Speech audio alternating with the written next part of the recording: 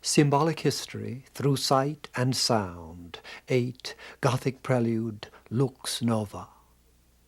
The waking of a culture shares with spring and dawn this mystery. First buds seem most jeweled, brightest songs greet the earliest rays. Letten is come with love to tune, with blossman and with bridis rune, that all this blisse bringeth. Almost incredible, the new light with which Gothic love opens in the ascetic dusk, gracing the beauty of earth with sacred sanction. So the lilting poignance of a 1235 motet, Ave Maria, with this detail and another from Mont Saint-Michel, and 3 from Reims.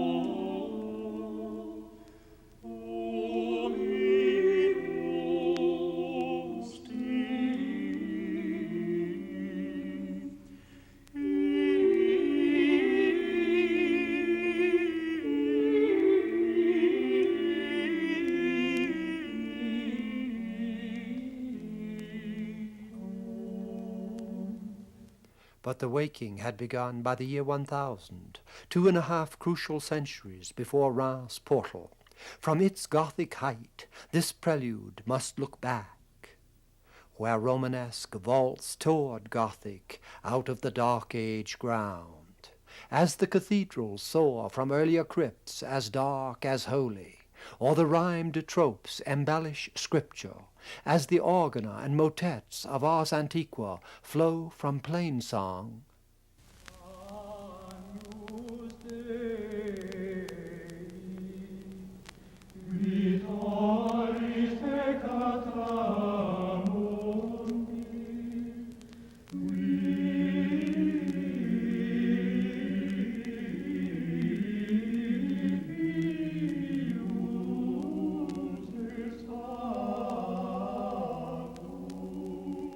So the 11th century nave of Mont Saint-Michel lightens to a late Gothic choir, time of Ockeghem.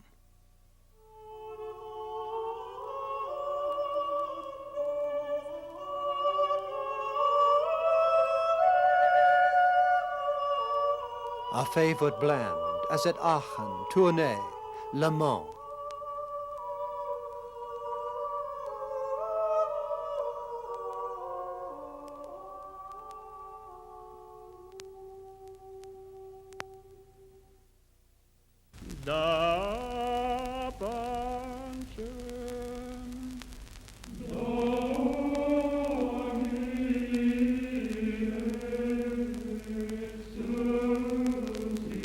We have seen Christianity in the crumbling of pagan power, rear in the grave antinomies of eternal faith and world abandonment. At first the poles were draped in the dissolving arts of classical leisure.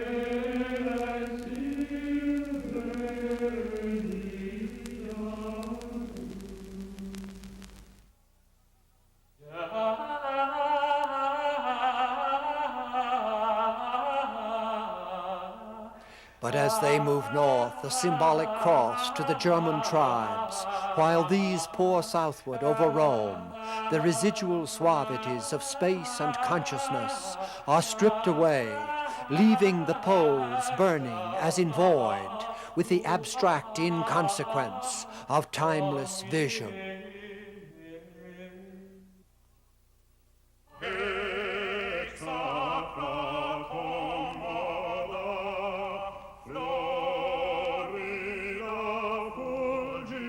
And the first strands of the Western temporal fabric stretch over the rift, a pre-Gothic sharpness of joy and pain, concentrating into spirit the apocalyptic enigma where they are born.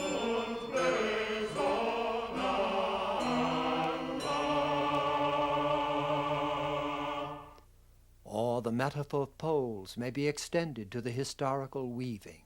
Then the cross of stripped faith and earthly negation becomes a temporal base for the Western curve, the Gothic birth, a many-phased unfolding from that somber ground, such the rearing of Notre Dame and Perutin.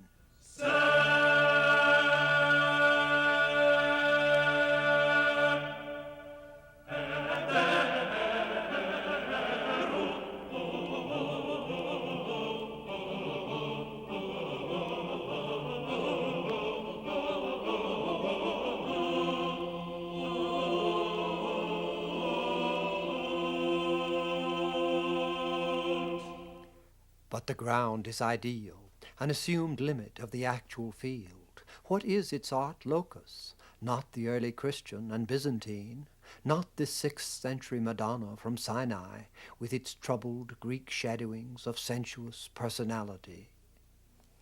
The negation had begun there, but it had not run its course. The stripping to the bare abstract was the Dark Age drift of Christendom everywhere. Here we pick it up from 10th century Armenia, still in precursive contact with the West, though soon to fall to the Sultan. The Book of Kells exhibits the general affinity, and even specific features derived from earlier Coptic and Armenian contacts. Through that old world ascetic hardening, Celtic wonder looks out, a child's eyes through a mask of age. How near is the Kells flowering to the Dark Age ground? The Irish were faithful anyway to linear abstraction. The Book of Kells a summit among such manuscripts produced over more than 300 years. By 1000, after the Viking raids and the exodus of scholars, representation, as in this Southampton Psalter, David and Goliath, seems flattened to the barest outlines of penmanship. What Clay and the 20th century would revive in post-Freudian psyche art. But is that inverted Goliath lying on the Dark Age ground? Carolingian manuscripts, struggling for space in spacelessness, hardly admit of so comical a grounding, nor the poems of mondo-pessimism and God-hope. Alcuin's epitaph, yearning I followed the delights of the world, ashes and dust now, delicias mundi, nunc sinis et pulvis, nor the Anglo-Saxon wanderer's vanity of vanities, all is labour and loss in this lower world. Nor from Cynewulf's Christ, late 8th century, suave on lagu floda, windigo holmas, ofodeop gelad. A waste of surges we sail across in this wavering world, over wind-swept tracts of open sea, the Son of God guides us. As the dialectic of poles implies, the clearest expressions of that winter ground do not come from the broken trough, but as the forces rally that would lift off from it, as in the pre-conquest schools of Winchester and Ely, a vitality, alien as something from China, opens in the calligraphic symbol world.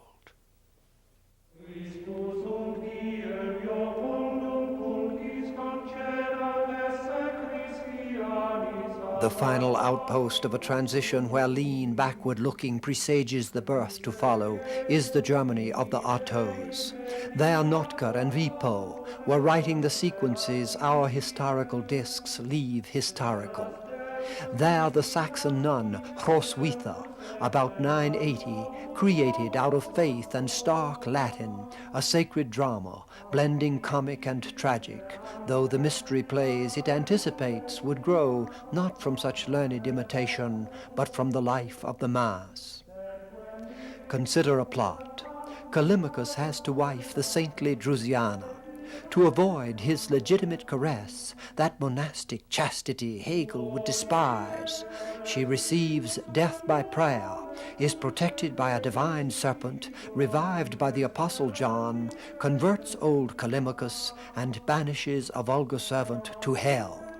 As in Artonian illumination, mind, action, and world begin and end in miracle.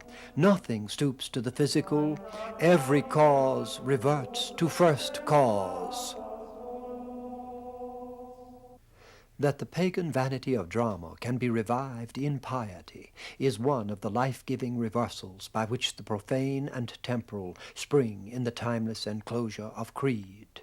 So, at the end of the Dark Ages, we have seen outlawed reason, professing themselves to be wise, they became fools, prove, in Anselm, the Tertullian impossibility of God's incarnation.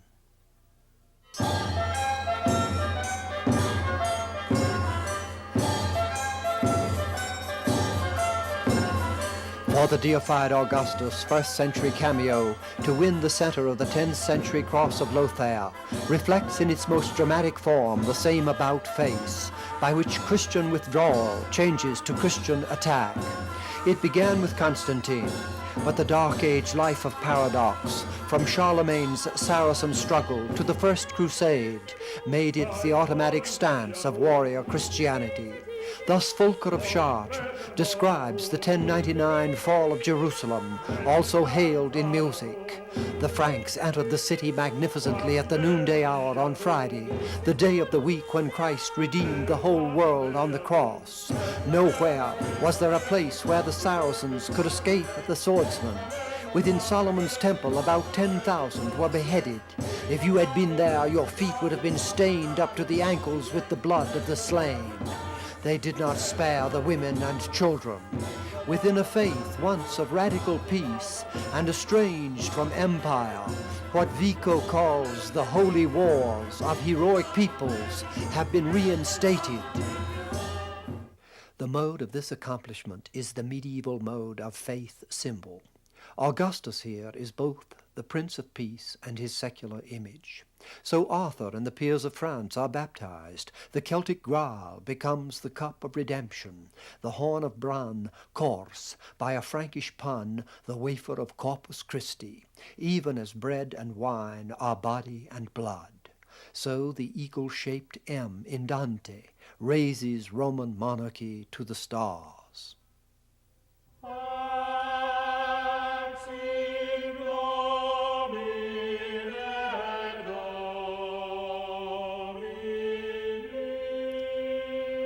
Under the cult of the timeless and spaceless, what has occurred?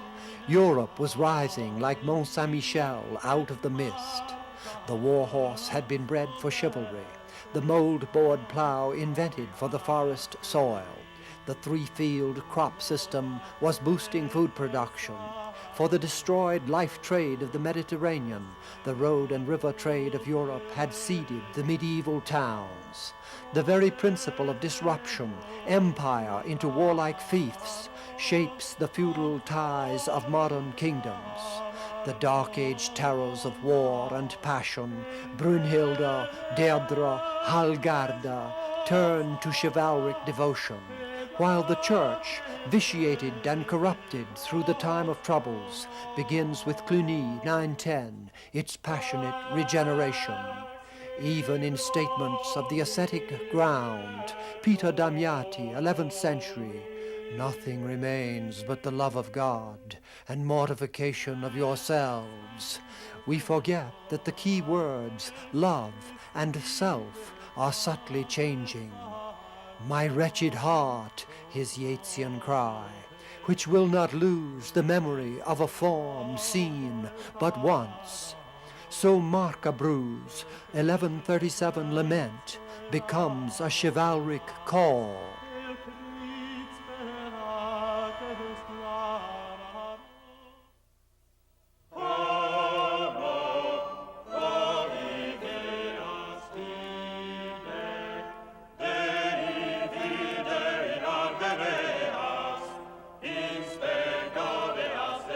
Everywhere the earthly is entrained in the heavenly quest. Pope Urban prompts to the First Crusade, not merely for the glory of God and his kingdom. This land is too narrow for your population. Jerusalem is a land fruitful above all others. To which the cry of acceptance was, Dieu li vole. From that crusading century, the symptom of new life which still dominates the landscape is a wave of first Romanesque churches in those rising centers of trade and prosperity. If the Kaiser domes of the Ottonian Rhine and Mosel hear the west front of the Roman Basilica of Trier, with a Goliard chant, initiate the surge in a form as weightily archaic as the organization of the empire, it is at once caught up or independently advanced in northern Italy and France.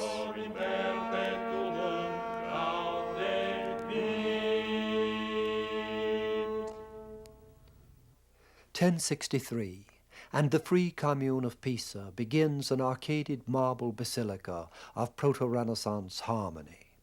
Though if vault had been grappled with, as in the driven north, this first benign beauty of our culture could hardly have afforded such purity and ease. In the paucity of early organa and plainness of their reconstruction, it is of interest that the first Italian polyphony, Regi Regum Gloriosa, 11th century Lucca manuscript, blends smooth plainsong melodies in perfect intervals against the more dissonant risks of French organon. Regi Regum Glorioso, Petrus et Paulus sedulo, assistant in vallatio, superni regis jubilo, benedicamus Domino.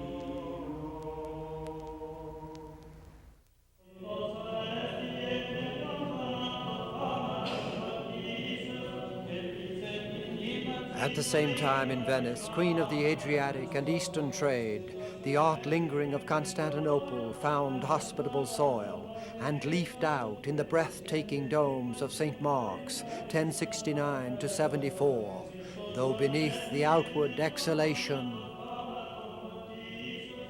brood gold mosaic vaults, decorated through centuries, but still symbolic enclosures of jewels burning in the Dark Age gloom. Was the chant as Byzantine as the art?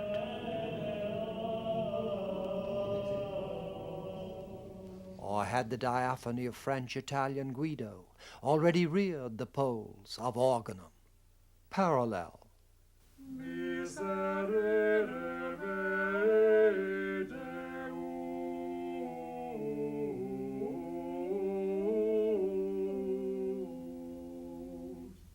And contrary.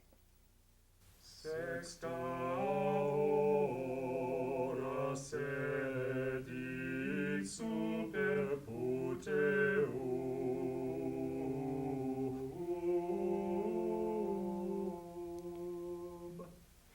To the south, the impoverished heart of what had been imperial Rome showed no such progress. Laudate Dominum omnes gentes.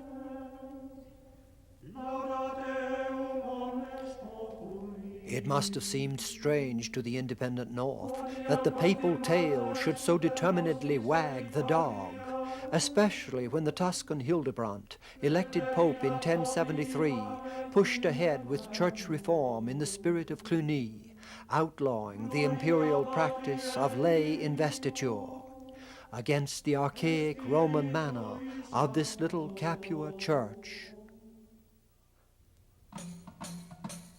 Face te fas ambulant, bene passo pari, prodigus non redimit, vitium avari, virtu temperantia. How vastly the Mainzer dome, 11th century at core, though a conglomerate from the 10th to the 19th, sprawls over the Rhine. With such gangling pride, Henry IV must have gathered his appointed bishops to answer Gregory VII's claim that the Roman Church had never erred, nor would err to all eternity, that it was in the apostolic power to depose emperors, and that Henry should obey the mandate of God. The answer: Henry, king, by the holy ordination of God, to Hildebrand, not pope, but false monk. By wiles thou hast achieved money, by money favour, by the sword the throne of peace, and from the throne of peace thou hast disturbed peace. Thou, therefore, damned by this curse, relinquish the apostolic chair which thou hast usurped. I, Henry, king, by the grace of God, together with all our bishops, say thus unto thee, descend, descend, and be damned throughout the ages.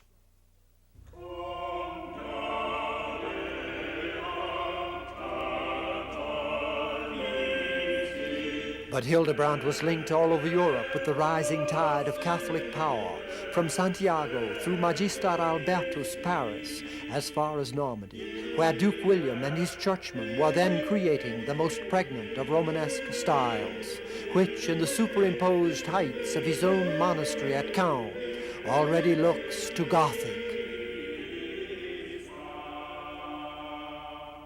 The papal ban was no negligible weapon. Henry's submission at Canossa in the snowy winter of 1077, Gregory himself describes.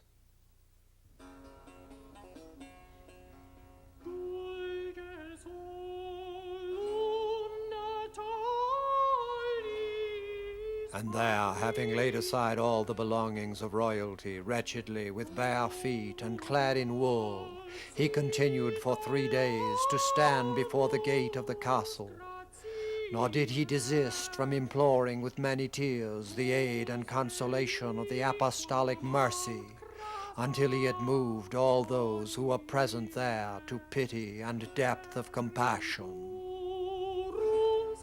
Today, the Apennine castle of Canossa is a ruin as abandoned as the papal dream of Europe under spiritual sway.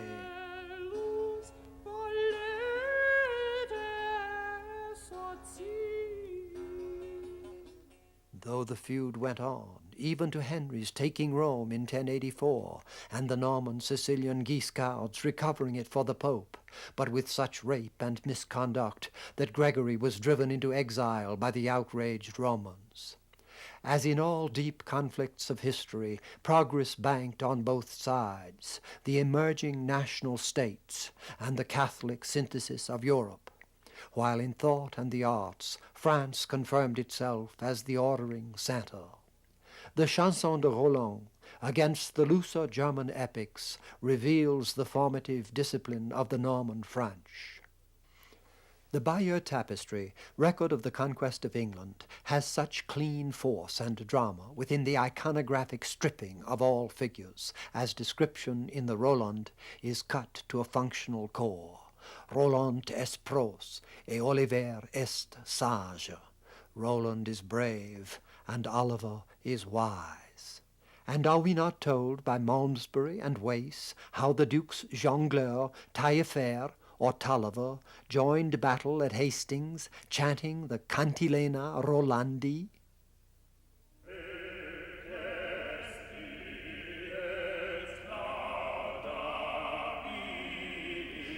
Emotion, pathos, everything personal is held here in the severity of automatic faith, which dominates and transforms until the horn of Roland sounds through the Pyrenees like the trumpet of doom. Roland feels that his time is no more. He is on a steep hill that looks toward Spain. He has held up his right glove to God. The angels of heaven come down to him. Ahoy! Angles del ciel y descendent a lui, ahoy! with the Norman conquest, and even just before that mighty style, here Matilda's Church of the Trinity in Caen spreads over England, so that most of the cathedrals of the island are built round or carved out of a great Norman core, often begun within 10 years of the conquest.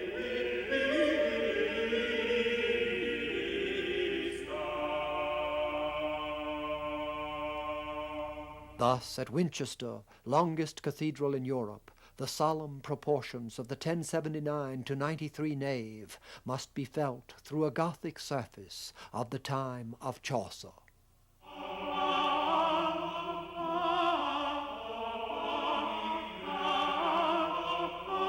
The verticals, the Leuren vault, stretch the low solidity of structure, lightened by modest buttresses and the pointing of windows once round arched. Yet all that richness speaks what it came from and must have been.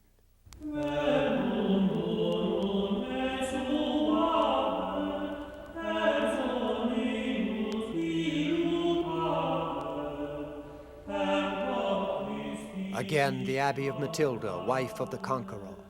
There are always attempts to differentiate Romanesque from Gothic, as Frankel's additive against divisive. Still, this vaulted stone already contains the other future, as centuries of polyphony would unfold from this early organum.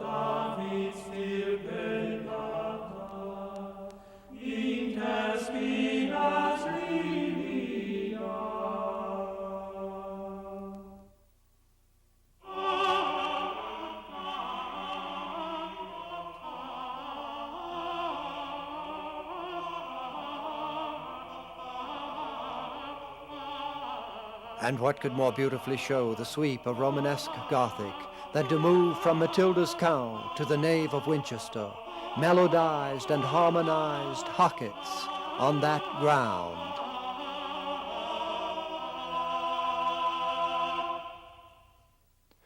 Here, where the poise of Norman, to be continued through the quieter Gothic of England, awaits the filling in of Renaissance, we are struck by the continuity of the Western rebirth, the speed with which it found its expressive forms.